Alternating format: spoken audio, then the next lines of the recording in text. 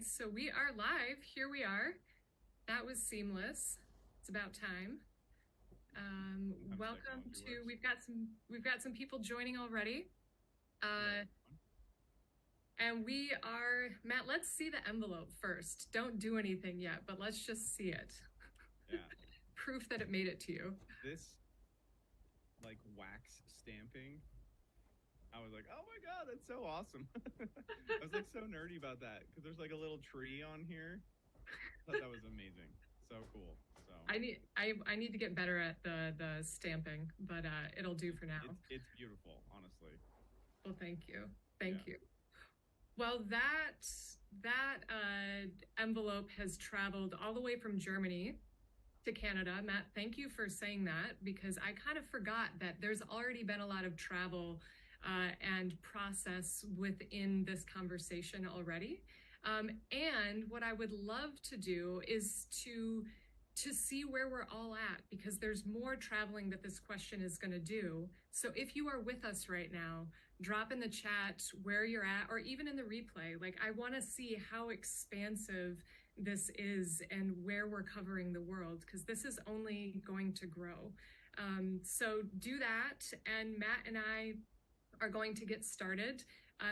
There is a lag in all of this, so I can't see any comments yet. Hopefully we're seeing those soon. Looks like we got people with us, so I am going to dive in to what is the second. Okay, great. I've got it. It's coming through the chat right now. So this is the second in a live series that's combining snail mail with live video to create daringly real conversation. And Matt and I have no idea about what is going to happen. But that's the point, because it's that realness, right, Matt? It's the realness that really sparks insight, that shakes those ideas and those next steps forward. So that's what we're about. And 2 weeks ago, Matt and I had a conversation. After that, a question emerged. I put that question in that envelope that you have, Matt. And it has traveled to you, but you don't know what it is. So we're going to start in a second by opening that, but I'm going to intro us just a bit. You can go over to our profiles for the regular intro. There's only one thing that you need to know about me right now. I'm Elayna, if you don't know me. I'm an artist. I also have a business that is not an art business, but I'm an artist, and everything that I do is inspired by that artist's creativity, or that artist's curiosity. A lot of creativity too, but it's the curiosity that has inspired me to create this space. And this space is all about allowing us to reach into the corners of our brain, the depths of our heart, and shake loose the realness that is there for us. And that is what this ultimate question is all about. It's about tapping into a realness that we can't always get to alone. And so with that, well, I guess I'll dive into you, Matt. I had a little bit more. I'm still figuring this out. Can you tell? I love it. Yeah, okay, good. I have notes here to kind of help me as I get everything under my belt and refine. So Matt, there's one thing that I want to share with everyone about you. And I would say that there are a few amazingly wonderful things that you would call nerdy. Those are your words. But I'm going to say amazingly wonderful because I love them about you. One is you're super into Star Wars. We probably couldn't guess from what's behind you. Disc golf. And the other thing that you excel at is bringing structure to chaos through simplicity and organization. And that is the one that I know of you best. We have not played disc golf together. In fact, I've never played before. But we'll fix that someday. Okay, I'm curious about it, so we'll see where we go there. That's how it starts. But Matt is somebody that I go to when I have all of my ideas running around and I know that I need to corral them back in, and that is typically when I knock on Matt's door and say, "Hey, Matt." And this ultimate question was one of those ideas that I brought to Matt. And he actually, you misheard me and was like, oh, it's so cool that they're going to open the envelope on the call. I had not even considered that.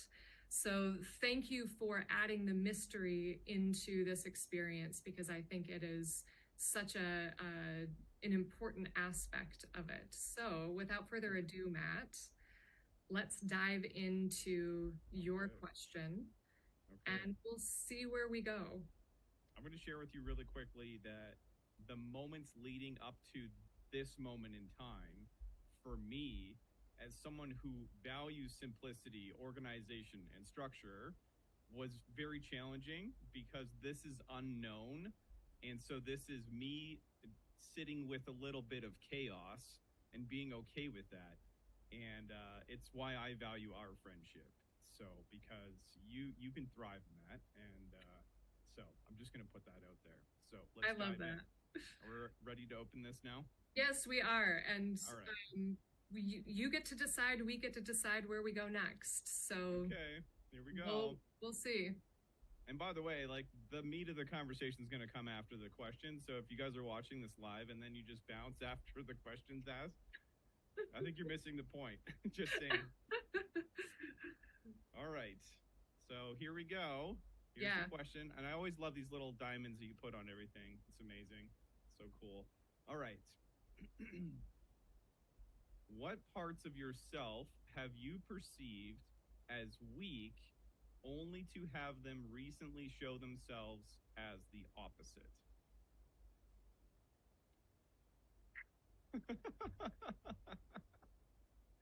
Yeah.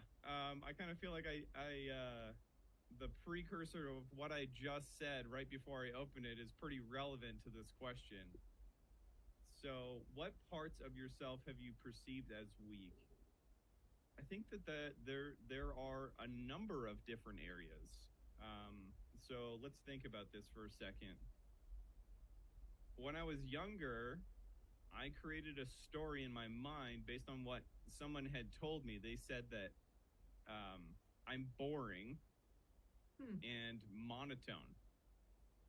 And I believed that shit for a really long time. It wasn't until I got into my late 30s that I realized that that was a story that I was telling myself, and I reinforced it. So Yeah.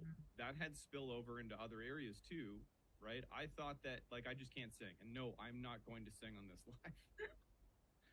But I had that story, right? I'm like, well, if I'm monotone, there's no way I could ever sing, right? And so there was this, like, sort of creative aspect of me that was, there was a restriction on it. There was an aspect of self-expression that had remained stifled for a really long time. So that would be one example. I think another one I would share is something that I've realized, and I don't know if this is true for everyone, but it probably isn't. But the the strengths that I've noticed about myself can become weaknesses when I don't have connection with other people. Oh, wow. Wow. I'm letting that hit. Yeah. Yeah, I can elaborate on that. Yeah, let's do it. I wanted to let that hit, but yeah, let's do it. So from firsthand experience, an example would be the structure, organization. Right? So this is kind of close to the surface level stuff, right? This isn't really deep yet. We can go deeper if we need to. But I find myself, on a day where I have nothing to do, which is Fridays for me because I blocked it off from calls. I do not do any business stuff with other people on Fridays. That's a day for creativity, inspiration, whatever unfolds. It's like freedom day. It's really fun. And sometimes I find myself organizing stuff, right? And so I will actually use organization to a fault where, like, there's a cabinet over here with color-coded tie wraps on my video cables, red's for recording cables, yellow is for lighting, and green is for audio. Like, it's super organized. I will spend an entire day doing that, as a way to procrastinate from doing things that might be a little bit uncomfortable, Yeah. right? And so it can become a weakness. But if I'm in conversation, I'm collaborating with other humans, we're co-creating something, then it can be a strength. So that's one example. But I've found this to be true in a lot of different areas. Yeah. Wow. It's, I want to take a pause and explore a little bit what I'm feeling through that. Cause I have this question that's coming for me is, am I the opposite? Do my strengths show themselves better when I have more space and less eyes or less, I mean, it's interesting that I like kind of a Freudian slip there in terms of saying eyes. Like there's an aspect of being seen that is scary and that can, I'm spitballing here and trying to decide if this is actually what I mean. Um, but that does that limit my creativity? Right? Because here I am sitting in this creative space all the time.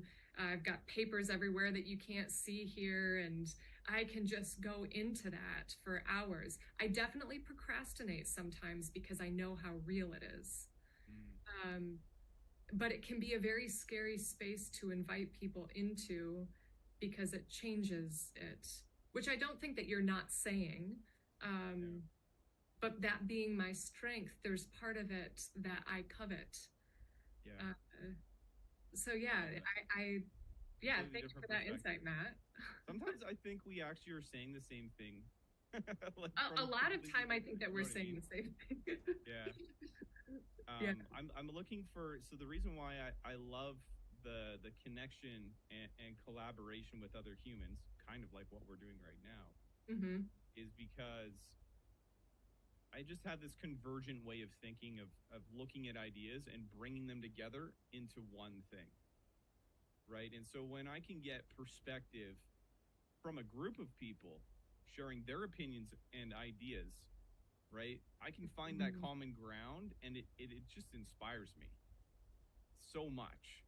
And so that's where some of my creativity comes from. And I love this quote from Bruce Lee.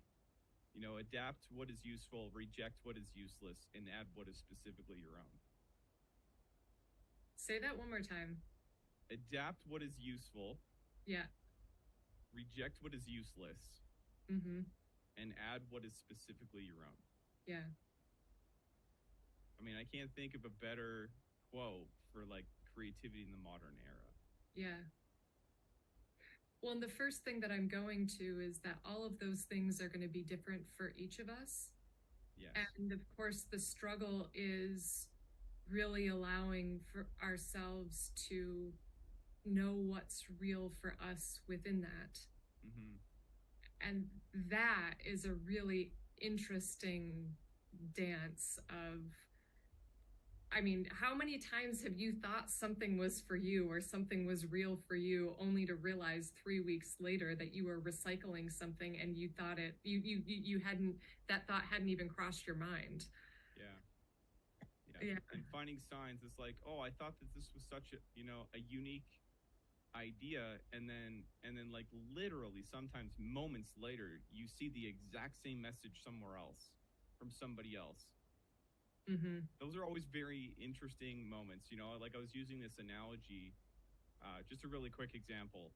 I was creating a video. I recorded it in the morning, and I was using this analogy about how investing in relationships is very much like making deposits, and we would never go to a bank and ask for a withdrawal before we would make a deposit, right? Right. And so that's what I think is very similar to pitch slapping, etc. Cold outreach sometimes, right? We haven't made investments into relationships, and sometimes we're asking for withdrawals before that relationship has been established. I used this example in this video, and then literally within 30 minutes I heard someone else use this in a workshop, the exact same analogy, and I was like, oh crap, I don't want people to think that I stole that idea from that other person, so I went and re-recorded the video. Oh, wow. That's incredible. Where did the idea come from, Matt? somebody else. I heard someone else use that analogy like 7 years ago. Well, it's so interesting because have you read Big Magic? No, never heard of it. Okay, everybody here, get out your pens and papers.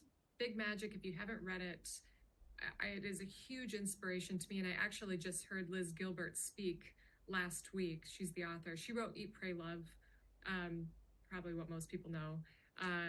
But one of the things that she talks about is how ideas have a life of their own and how they find their person. So the fact that you can have the exact same idea as somebody else, and she gives a great example of, I think it was her and another writer that she'd put the idea down, and then this other woman that she knew who was also an author was writing it, and there had been no communication about it. But that is like the proof or the idea that ideas find us. And if we're not willing to pick them up, they find someone else. Yeah. And so that's not exactly what you're talking about, but although I'm going to recount that and say I think it's a different version of what you're talking about in the sense that that idea still has relevance and still needs a way through. Yeah, I love that. So how do you, there's no right or wrong either, but I'm curious to talk a little bit more about the feeling or I'm careful to say decision because I don't want to make this a right or wrong, but the feeling around deciding to re-record, what did it turn into? It turned into, well, I mean, business hat. It turned into a better performing piece of content because I think I actually made it more concise. I love that. I can't turn that thing off. Like that's why I'm like I just love talking about business stuff. But what you're talking about from my perspective is tapping into this like universal consciousness. This is my relationship with this exploration of spirituality. Something that I didn't do for most of my life. So this is just what I believe. This is my perspective. When we are in touch with who we are present in the moment, being creative, that gives us the opening to receive those messages that we need. They just naturally come to us. And sometimes we don't even know what they mean initially. Yeah, definitely. But it's usually like if I find myself that I'm, in the afternoon, I'm tired, I'm distracted, whatever that state of being is, I'm less open to receiving those types of messages. So it's all about the presence and in the present moment, being aware. Yeah. Right? Like I'm not anywhere else right now. This is where we are. And that's where a lot of creativity and inspiration comes through. And so I feel like when we're present, that's what gives us the opening to receiving those messages. I completely agree. And I would also note that sometimes it's hard to recognize presence. This is something I've been feeling in myself a lot lately.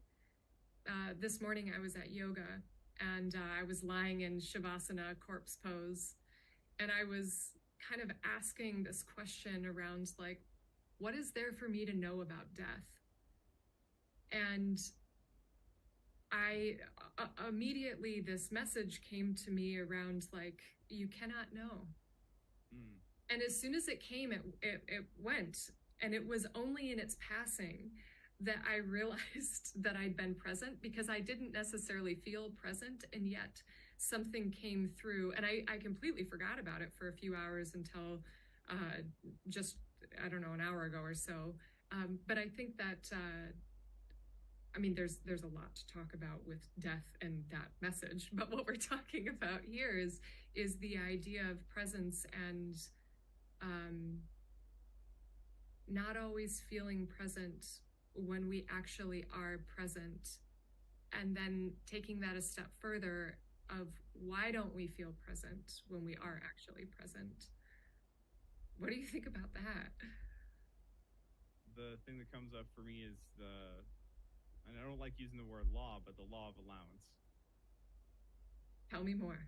So being just allowing things to naturally unfold. And if JJ is here, I think he's going to love those words. I see that sort of message from him on a regular basis, and it's something that deeply resonates with me. Um, and so allowing things to just happen and be okay with that. You know, Yeah. I've I've found that I've been an entrepreneur for 7 years, full time, self employed, and all looking back, the thread of all of the challenges and frustrations I think stemmed from this forcing. Mm. I must pick a niche, or I have to have this thing, or it was always this forcing function of trying to get something, like forcing clarity or forcing answers, or trying to just like power through problems and challenges. And what I'm starting to do more of, and this is a progressive journey, is just allowing things to come more naturally. And that's hard for somebody like myself who, likes structure, order. I'm uncomfortable with chaos, but I'm working on my relationship with it. Yeah. Yeah. What kinds of things are you finding that work for you right now? Well, I mean, I think the first thing is like, let's talk about labels for a moment. Okay, so a lot of my frustration came from this rehashed advice of you have to pick a niche, and the only way everyone was teaching to do that was the demographic approach. For a really long time, that's the advice that was basically out there, and it just never worked for me. And I Mm. realized that I was applying labels to the types of people that I wanted to attract. I was also applying labels to myself, Yeah. and those labels were a forcing function that created more frustration and second guessing than anything else. Mm. Where where are you at with it now? I have a different relationship with them. I still use them, but I'm not attached to them. Yeah. I think it's the attachment, right? The expectations Yeah. around labels. Using labels for other people, using a label for myself. Definitely. Yeah, there, I mean, labels are, there's so much around identity with that. Like, even going back to the question, labeling a weakness that is now seen as a strength, that just labeling that weakness, there we start to talk and touch into identity. um yeah, and I mean, obviously they're helpful, they're a shorthand. So much of what I talk about and what I'm kind of just super curious about is language, Mm-hmm. and the words that we choose and the energy that is created with those words. I mean, that's so much of this space right now, is that question. I see questions as a, a portal into what is most real for you right now. You being Matt, but all of the wonderful 25 plus people who are here right now. Like, this question that Matt, you are experiencing, that you might be experiencing this for yourself. You might have interpreted the question in a different way. Like, there's a realness that we're creating here together. Mm-hmm. That yeah, and so now to loop it back to the question and this idea of, I mean, weakness as morphing into identity, and also strength. But read the question again, Matt. Yeah, What's it's changed? first of all, there's 25 plus people here. Yeah. um, what parts of yourself have you perceived as weak only to have them recently show themselves as the opposite? So, like what we just talked about, right? Identity, Yeah. labels. Mm-hmm. We can create identities for ourselves. that can be strengths or weaknesses. We Mm-hmm. can create labels for ourselves that can be strengths or weaknesses. Mm-hmm. So only to have them recently show themselves as the opposite. Okay, so initially, going back to business, right? I was using a label for myself. I was calling myself a business development coach. Now I'm Canadian. And I didn't know this, but Americans perceive business development as B2B sales and revenue generation. And I was thinking naively that that meant I was going to help people grow their business, right? And so I created this label. I reinforced it. I believed it. I put it in my content. I put it everywhere. And now I'm stripping it away because it felt like it was limiting me. And so that's another example of something that, I had an idea about it. My perception of this identity was different than what other people determined. And when I became more aware of how other people perceive that label, it meant less to me. Yeah, wow. What a journey. Yeah.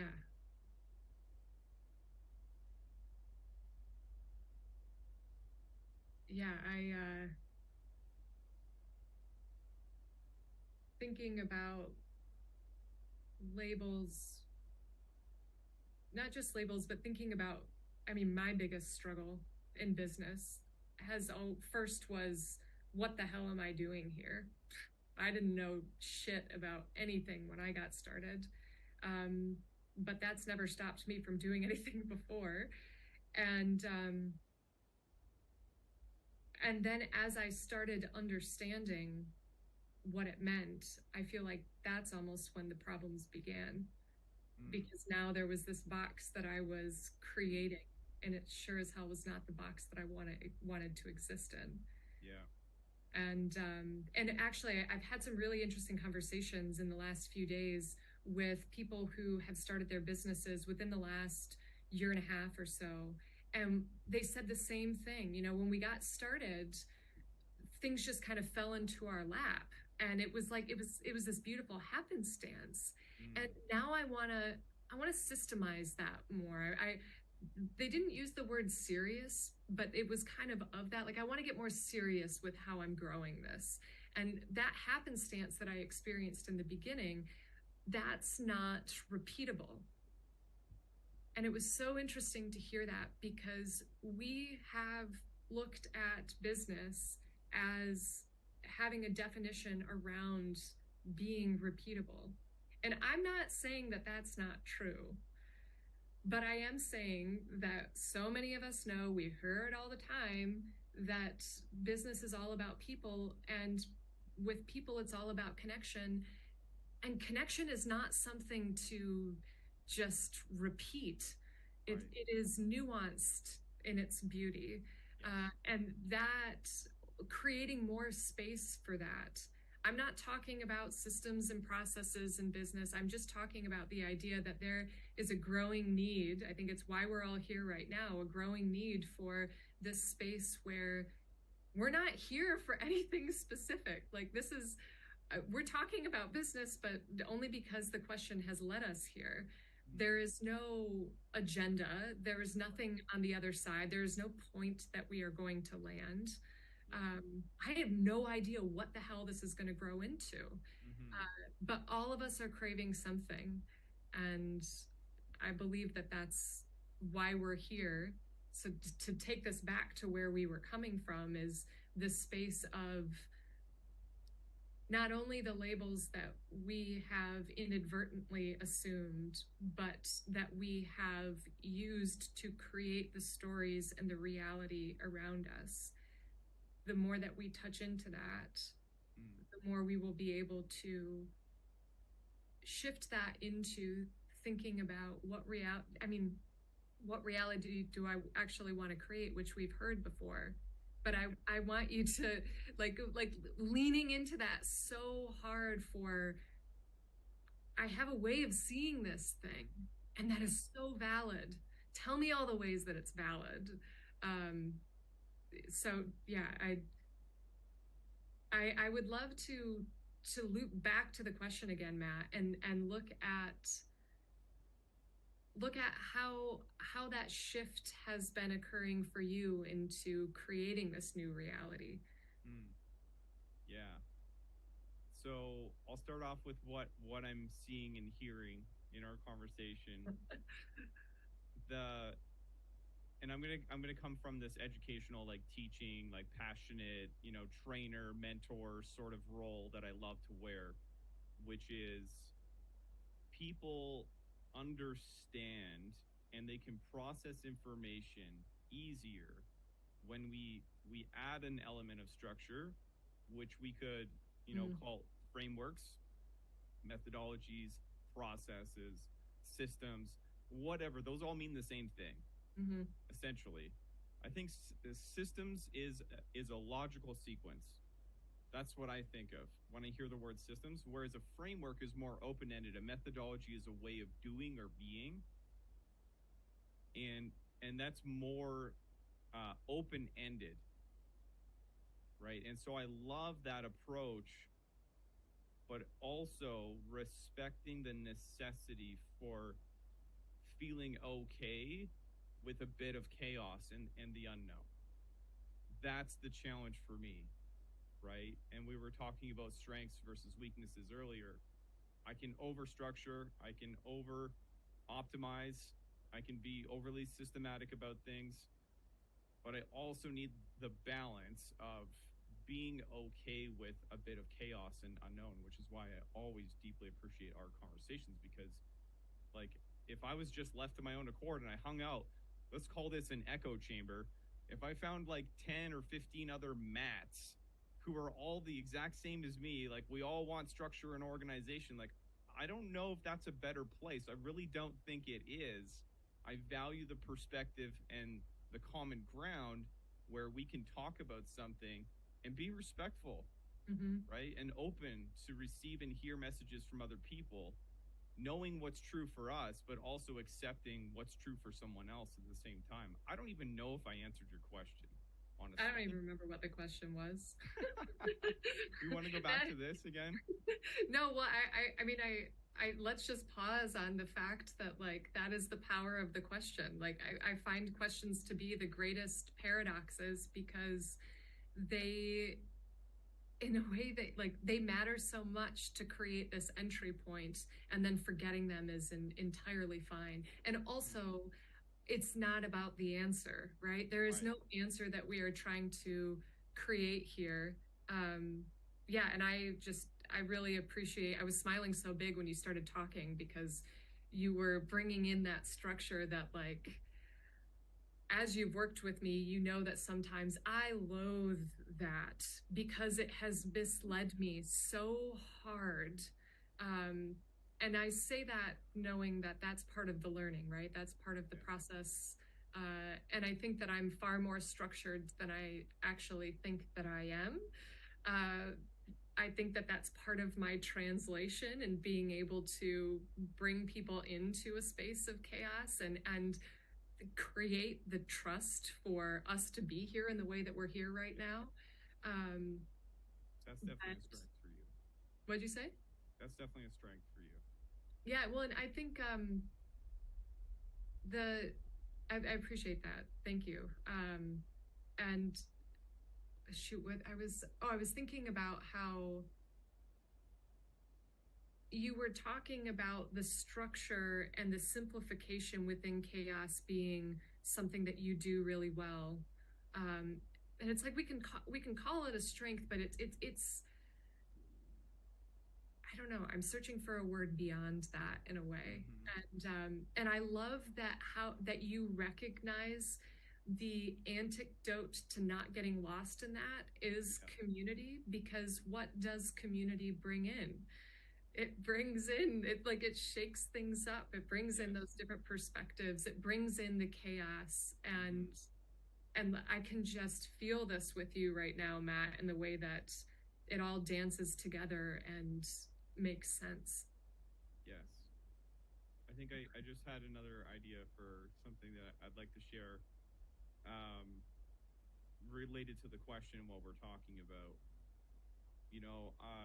I have had to do a lot of work in the last year on my relationship with learning and development. Mm. And a pattern that I noticed was that I was attached to this expectation that I had for myself to absorb everything. It was hard. Like one of the this sounds ridiculous. I just want to take my dog for a walk. Who's in the back here, and I could show him for everybody who wants to see him. I got a little Yorkie behind me. I just want to take my dog for a walk and listen to an audiobook. And I would create this situation for myself where I was so damn frustrated because I wanted to capture notes. Oh. Make sure that I'm saving all the ideas.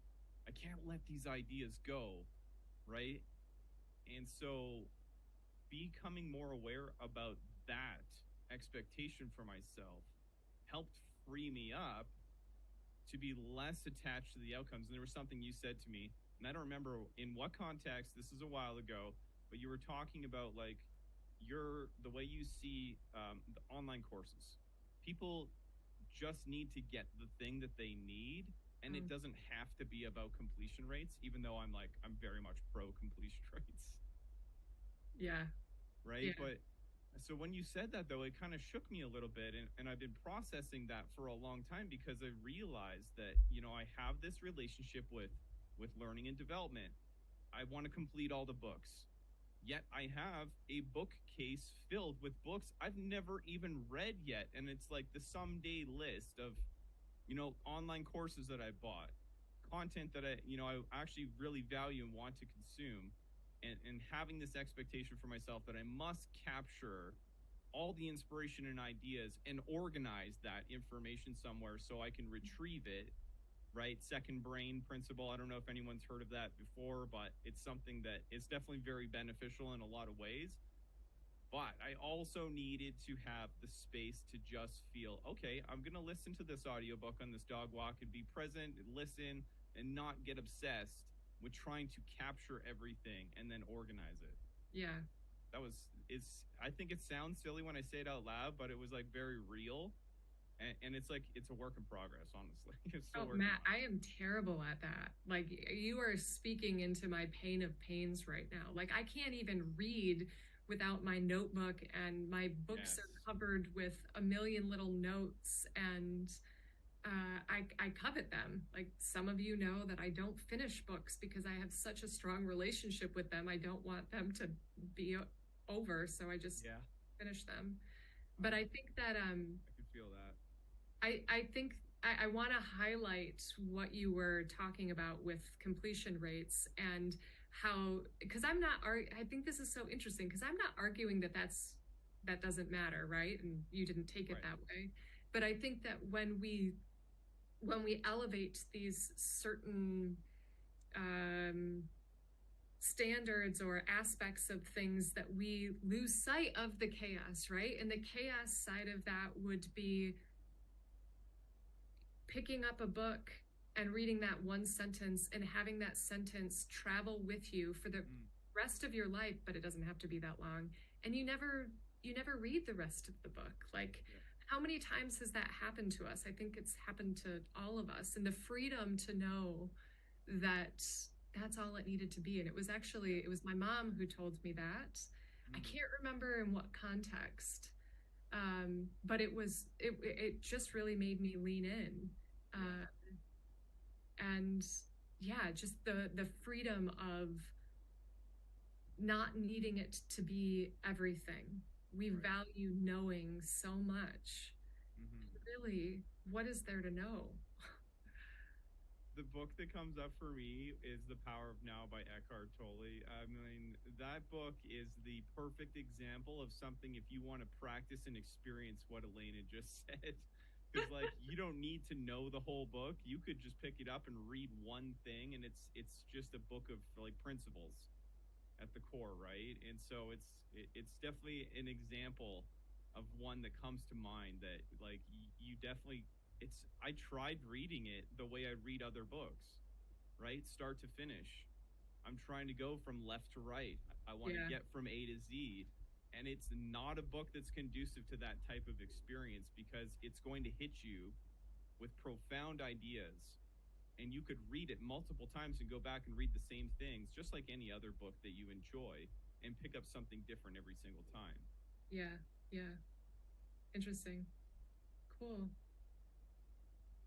Um, I feel like I could say so much more. Like I guess I am gonna say this. If you saw me writing at any time during this, the reason I was writing is kind of on this same line of, oh, Matt just said something, I don't want to forget that. Even though it's recorded. Yeah, well, I mean, but I wanted to come back to it in the conversation, right? Right. Like I wanted to let you go, that kind of thing.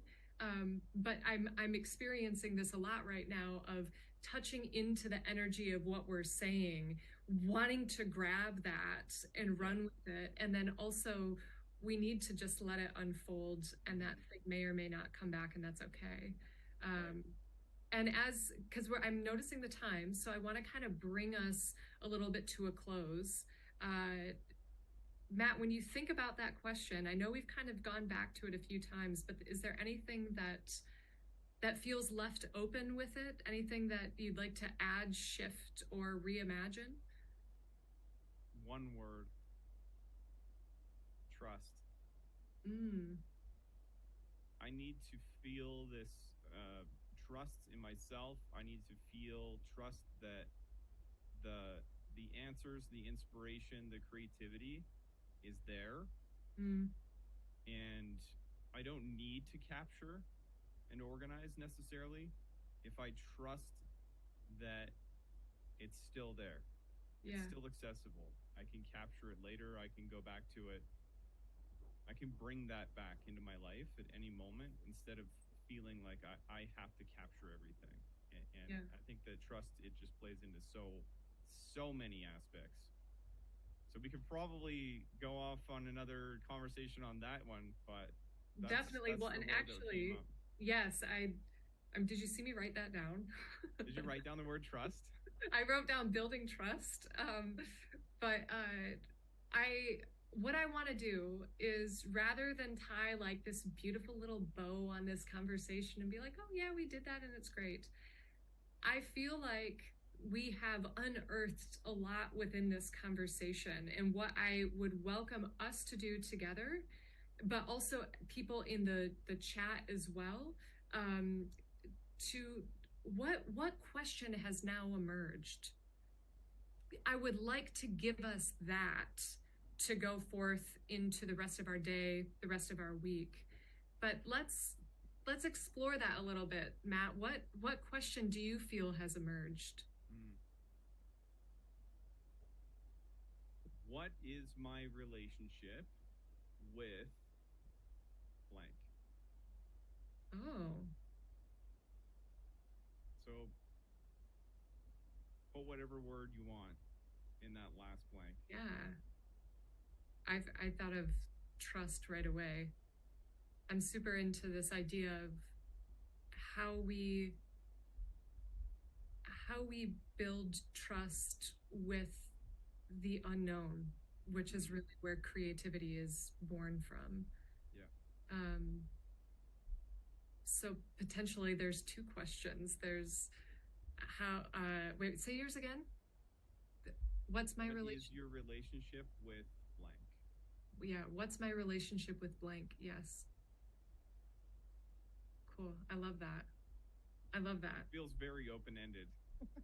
It does, but wasn't it like, it's interesting too that I was able to fill that right away and then create a further direction for that as well. Right. So take those questions, you, me, I'm definitely going to be sitting with them. And what I would love to do, we might go over just a hair here, but what I would love to do is this space is growing. And so I would invite, what I'm thinking about what that actually means. And I don't know what it means yet, but I am interested in the idea of continuing this exploration, this kind of exploration in this conversation beyond these 45 minutes, and welcoming people into them. Because I think that while this is a conversation between you and me, Matt, what I sense that we're creating here is an experience for all of us. These questions have energy. This space has energy. We have I mean, we've hit over 30 people multiple times. There are people who are tuning in.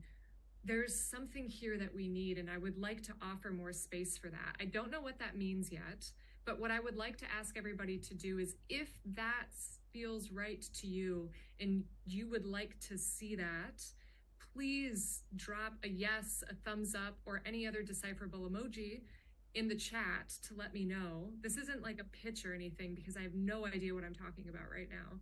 I just sense that there is something that wants to be born, and just because I think something is a good idea doesn't mean it's something that's needed. So please let me know in the chat. And yes, Matt, this was awesome. Thank you. Thank you. Yeah, we had no idea where we were going, and such a beautiful exploration. So thank you for being so open to joining, and also being such a huge part of the birth of the ultimate question as well. I'm going to keep this close.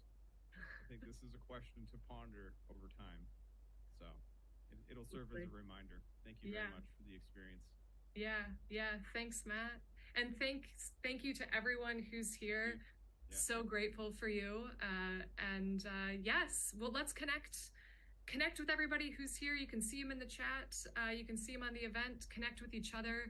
And I had to bring him in just because I made the promise earlier. Way to go. Thanks. Not to throw a wrench in your closing, but yeah, I wanted to make sure we fulfilled upon the promise to bring the Yorkie into the video. This little guy keeps me present. Oh, I love that. That is okay. That's a whole nother conversation right there. Yes. All right. Well, I will let you. Well, yeah, we'll let everyone go. Talk to you all soon, and thank you for being here. Thank you.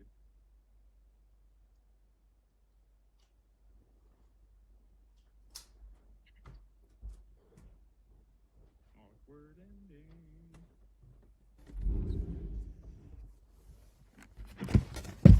Never sure when it actually stops. Okay, we're good. Wow. Still screaming? Are you sure? No.